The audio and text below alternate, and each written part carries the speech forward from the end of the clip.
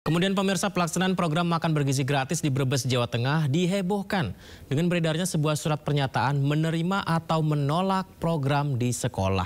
Salah satu poin dalam surat adalah wali murid tidak dapat menuntut apabila anaknya keracunan makanan MBG.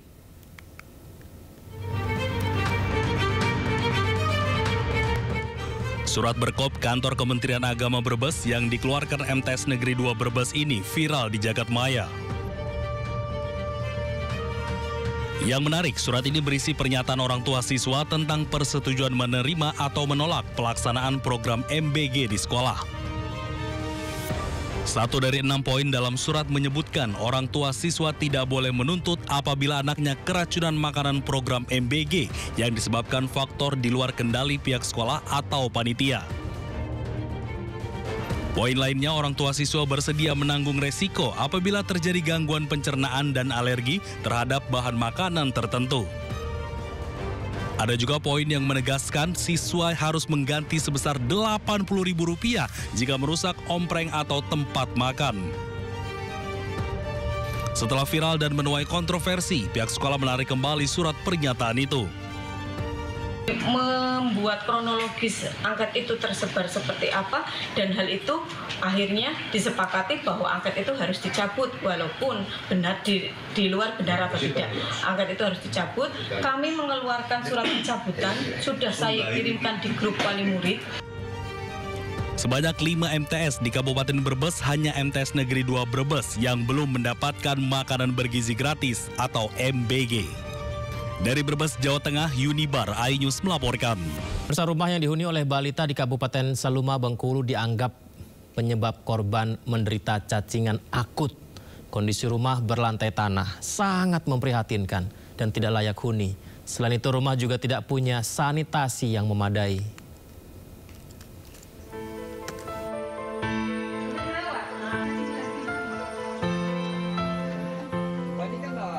Inilah rumah yang dihuni oleh 2 balita penderita cacingan akut di Desa Air Petai, Kecamatan Ilir Talo, Kabupaten Saluma, Bengkulu. Rumah tersebut tampak hanya berlantai tanah, berdinding papan seadanya, dan tidak memiliki tempat tidur yang memadai. Selain itu, di luar rumah tampak tidak ada saluran pembuangan limbah, di mana sarana MCK berdampingan dengan sumur yang digunakan untuk keperluan sehari-hari. Kondisi inilah yang diduga menjadi penyebab utama 2 balita pasangan Prengki dan Yanti Hartuti menderita cacingan. Melihat kondisi tersebut, rencananya rumah balita tersebut akan segera direnovasi oleh Basnas setempat dengan bantuan anggota TNI. Jadi, insya Allah dari Basnas dia akan memberikan bantuan rumah. Kemudian untuk tenaganya tadi Pak Dandim bersiap untuk memberikan bantuan tenaga untuk biar cepat membangun rumahnya. Sebab Basnas dengan Pak Dandim siap untuk membantu rumah yang tidak layak. Hingga kini, kedua balita yang menderita cacingan akut tersebut masih menjalani perawatan di rumah sakit yang ada di Kota Bengkulu. Dari Saluma, Bengkulu, Endro Dwirawan, iNews melaporkan.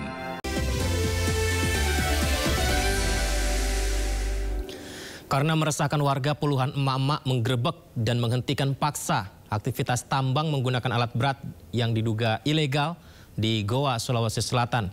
Aksi puluhan emak-emak tersebut viral di media sosial. Petugas kepolisian yang menerima laporan langsung turun ke lokasi tambang dan memasang garis polisi.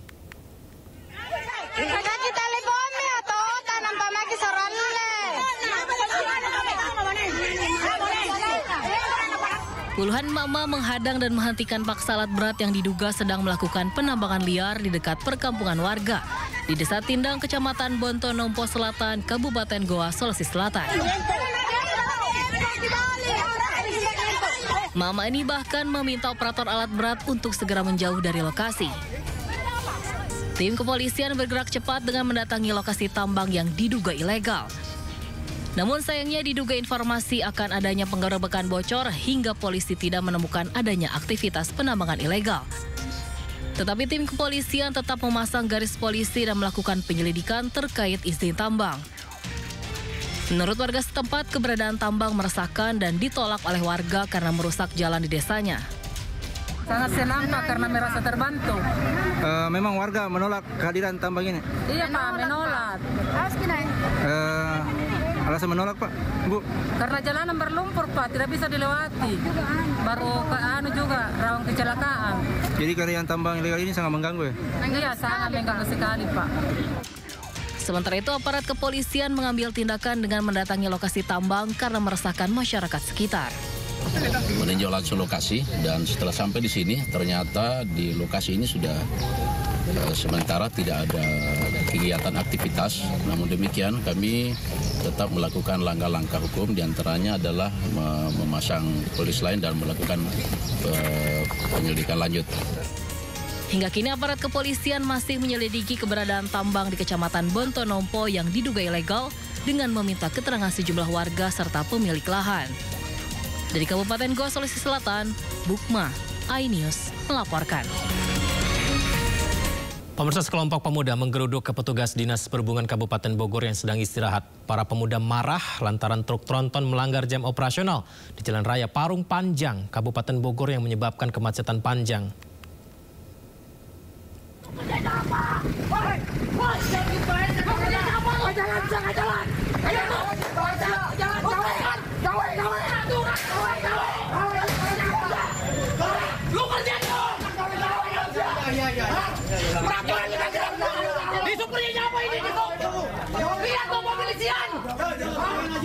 Sekelompok pemuda menggeruduk petugas Dinas Perhubungan Kabupaten Bogor yang sedang istirahat di pos peristirahatan. Para pemuda marah lantaran truk tronton melanggar jam operasional di Jalan Raya Parung Panjang, Kabupaten Bogor yang menyebabkan kemacetan panjang.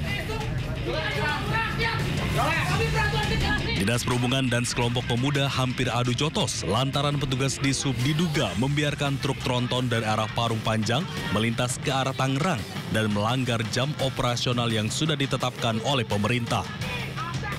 Jadi kemacetan dari arah Parung Panjang ke Tangerang yang utara, dari Tangerang warga Tangerang nggak mau ada isi masuk ke daerah Tangerang.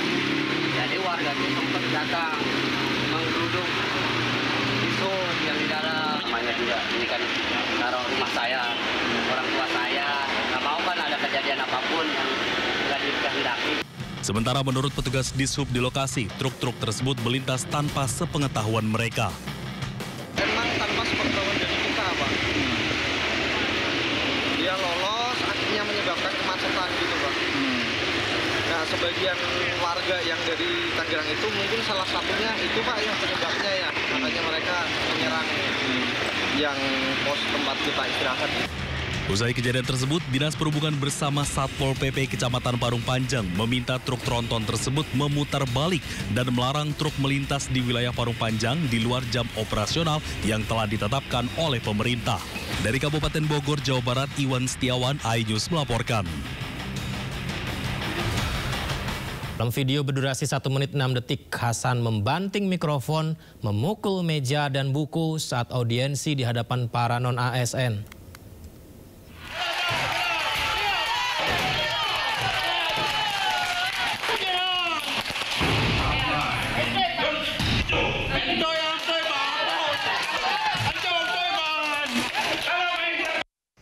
Sebuah video yang memperlihatkan Wakil Bupati Pidijaya Hasan Basri sedang marah beredar luas di masyarakat. Dalam video berdurasi 1 menit 6 detik, Hasan sempat membantingkan mikrofon, memukul meja dan buku saat audiensi di hadapan para non-ASN. Hasan Basri menyebut luapan emosi yang terekam kamera bukan tanpa alasan. Ia ingin para tenaga honorer yang telah mengabdi belasan tahun bisa mendapat kesempatan menjadi pegawai pemerintah. Harapan kita semoga Sekda, asisten dan BKPSM berupaya supaya mereka ini bisa lolos semuanya menjadi P3K Parung Panjang. Itu harapan kita. Dalam rapat tersebut, beberapa pejabat pun turut hadir, diantaranya Sekretaris Daerah Munawar Ibrahim, Kepala Inspektorat Jamian, serta Kabid BKSDM Fuad Ansari. Dari Pidijaya Aceh, Jamal Pangwa, iNews melaporkan. Berikutnya kita ke Sumatera Selatan. Usai viral di media sosial video murid dan dewan guru yang menangis haru saat melepas kepergian kepala sekolah SMP Negeri 1 Prabu Mulih. Wali Kota Prabu Mulih menyebut video pencopotan kepala sekolah SMP Negeri 1 adalah hoax.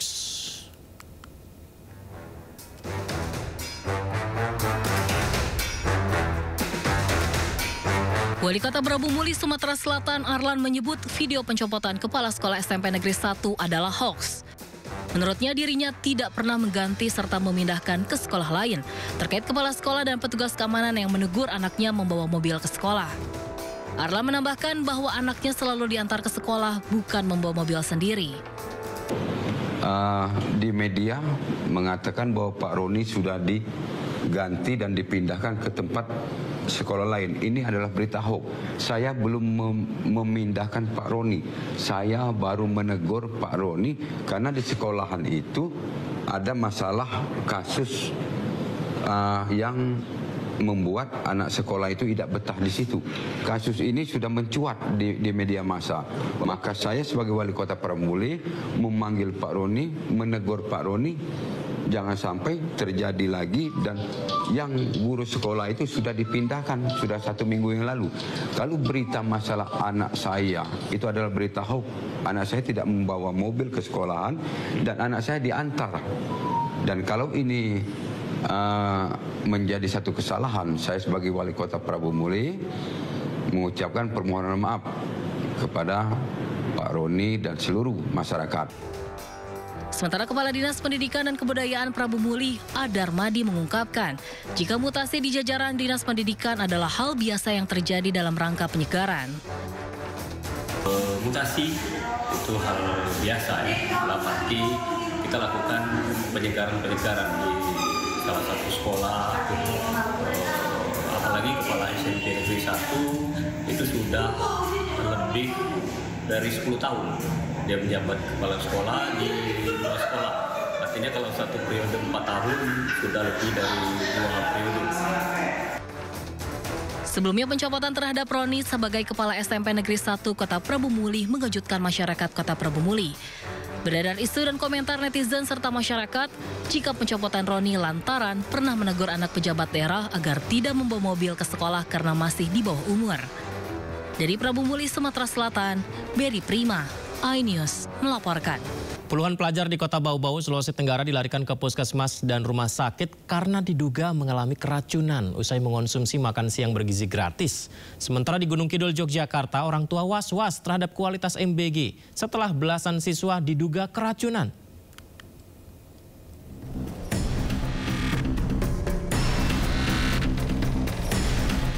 Sebanyak 33 siswa SMA Negeri 7 Bau-Bau dan 4 siswa sekolah dasar dilarikan ke sejumlah puskesmas dan rumah sakit untuk mendapat penanganan medis. Para siswa ini diduga mengalami keracunan usai menyantap makanan siang bergizi gratis yang dibagikan sekolahnya. Pasien rata-rata mengalami pusing, sakit perut hingga muntah-muntah. Sebelumnya sejumlah guru dan siswa sudah curiga lantaran tercium aroma tidak sedap dari salah satu menu, yakni daging ayam berkuah. Pihak sekolah sempat melarang siswa untuk menyantap makanan tersebut, namun puluhan siswa lainnya terlanjur mencicipnya dan langsung mengalami gejala keracunan. Oh, ayamnya rasanya basi? Itu di MBG itu? Oh, habis makan itu? Langsung sekitar 20 menit baru bereaksi.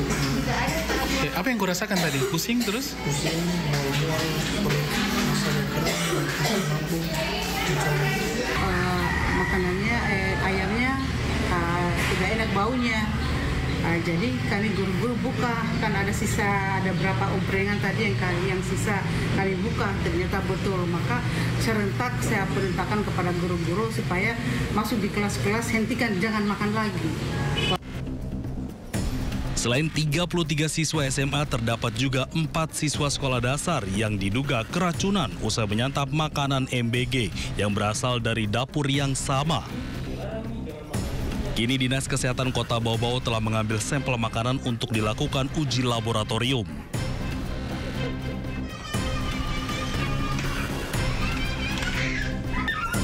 Sementara itu, 10 siswa sebuah sekolah dasar Islam terpadu di Kecamatan Semin, Gunung Kidul, Yogyakarta kini kembali bersekolah setelah diduga keracunan usai menyantap makan bergizi gratis. Usai kejadian tersebut, banyak orang tua murid yang menjadi was-was dan menaruh kekhawatiran terhadap kualitas MBG yang ada. Hari pertama memang ada gejala seperti itu, tetapi sudah kita tindak lanjuti ke klinik dan sudah ada penanganan dengan baik dan anak-anak dikasih obat dan bisa pulang dan paginya sudah berangkat sekolah. Dinkes Gunung Kidul sendiri mencatat terdapat 19 siswa di Kecamatan Semin yang mengalami keluhan mulai dari mual, muntah, dan juga pusing. Kini sampel makanan telah diambil dan tengah diuji di laboratorium. Tim Liputan iNews melaporkan.